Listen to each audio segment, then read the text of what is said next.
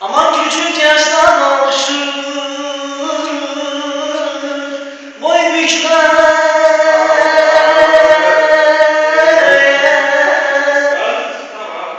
Nalet kapısında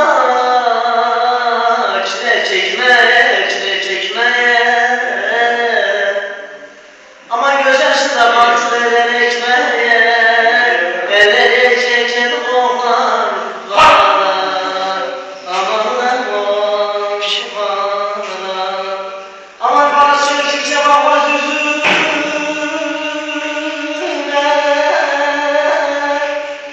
Parası yok kimse bakmaz yüzüne. İtima etme değil doğru sözler.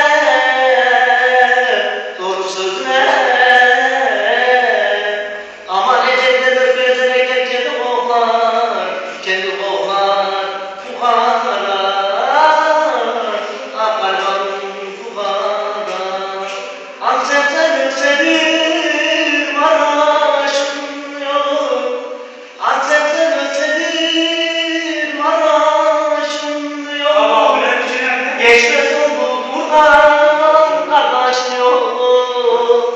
Kapını çaldı bir karabe. Kırıldı gönlüm kanadı oldu. Kırıldı gönlüm kanadı oldu.